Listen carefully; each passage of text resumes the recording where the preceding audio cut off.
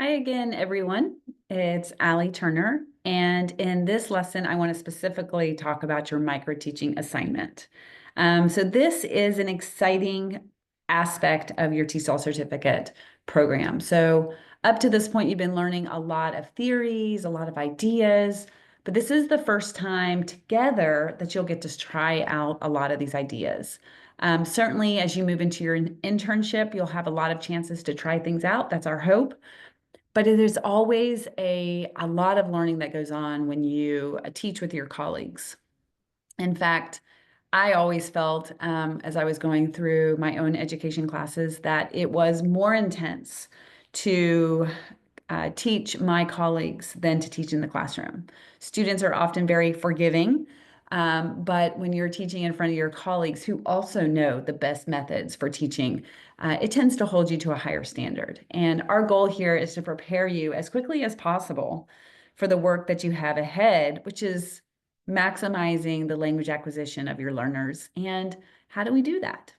So on our Saturday workshop, you will have this opportunity to do a micro teaching, and it is a 20-minute lesson plan using a lesson plan template that I'll show you in a moment that you will be doing in a small group. So you just plan to teach 2 or 3 of your classmates during the workshop. And so you will provide a draft of that lesson, and I will hopefully be able to give you feedback on that as long as you turn that in on time. And then you perform the lesson during our workshop together. Keys are your lesson must exemplify communicative language teaching. If there's anything that you leave my course with, is this understanding that communicative language teaching is the gold standard. That is what we want you to get from this course, from our whole TESOL certificate program. And that's the basic idea that your learners should be using whatever language they have acquired so far, be it as imperfect as it may be, to express things that are personal to them. So their likes, their preferences, their desires, their needs, their past experiences, things they have, um, anything that's personal to them.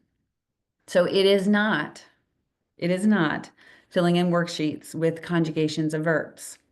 Regardless of how your own Spanish, French, German, Latin class was that you maybe took, it is not that research has shown over and over again. And maybe you might relate to this if you don't remember the language that you studied in school, that is not the way to learn a language.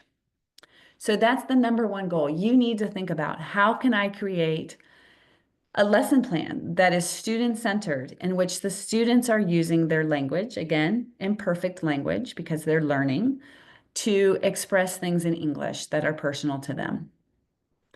You must also incorporate at least one strategy learned during our course, or highlighted or introduced in our materials.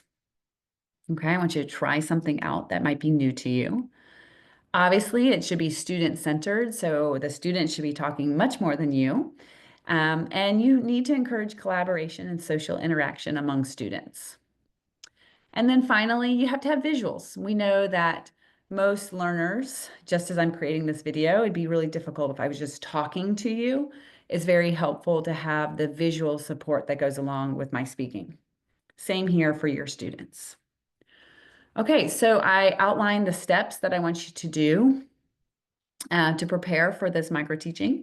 And you're welcome to read through that, but what I want us to look at together is the lesson plan template, because I want to walk through that with you. So very important. All right, so the first thing is, like always, you just make a copy of this document before you begin to edit it, and you'll be turning in this lesson plan, okay? So you fill in your name, that's you, the level of English proficiency of the learners that you believe that you'll be teaching in the future, so whether they're beginners, intermediate, advanced. If you want to be more specific than that, go for it. The age group, whether they're elementary, middle school, high school, adults, etc. Fill that in.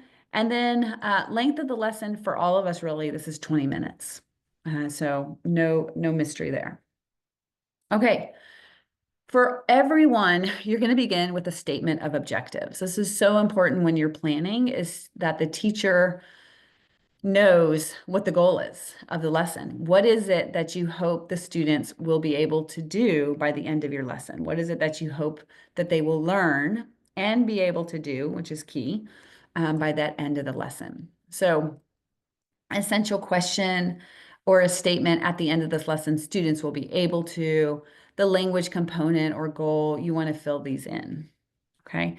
And in your lesson, when you're actually doing your micro teaching, you will either state it or have your statement of objective visible for your students. And notice that I just designated like 1 minute for this.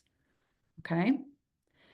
Then you want to start with some kind of hook because, your students may be all over the place, they gather, and you want to hook them. Why should they be interested in what you're teaching this evening or that day in your class?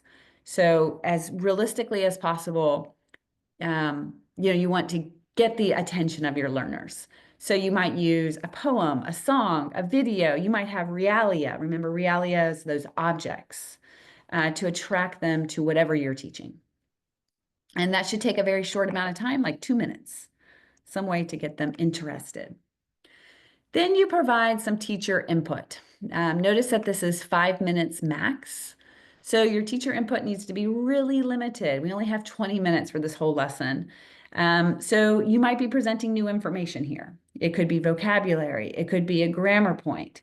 It could be introducing a story or a poem or some kind of listening activity. And you want to definitely utilize visuals here, lots of visuals. And you could possibly consider students' multiple intelligences. That's something we'll talk about later in the course. But there's a link here to jog your memory as well, if you want to take a look at that. Then you have your communicative language activity. Remember, I said that this is the most important part of your lesson.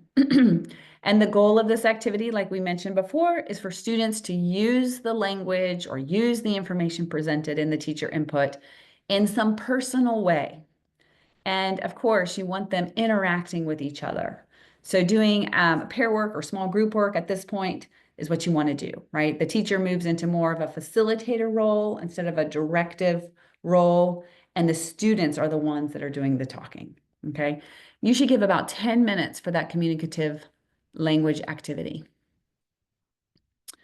All right, and then finally, you have some closure. And in your closure, I want you to provide a formative assessment.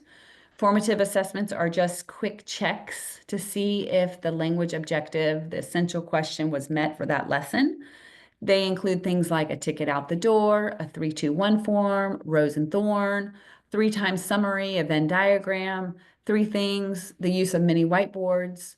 And essentially, we just want to find out what our students have learned. And that should take about 2 minutes. So 20 minutes total. After you teach your micro-teaching lesson, you will fill out a reflection. So this really is a nice way of doing the planning, then performing, and then reflecting. And here is the reflection template. Again, please use a different color, preferably blue, so that I can see it as you fill in how did it go? How was your micro-teaching experience during the capstone workshop for our 2 courses?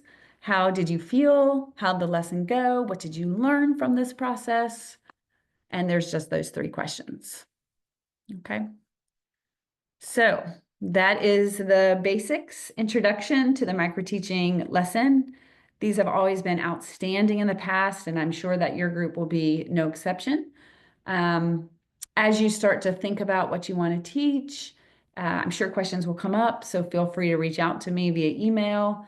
And also your classmates, your colleagues serve as nice sounding boards. If you want to say, how does this sound? Does this sound like a communicative activity?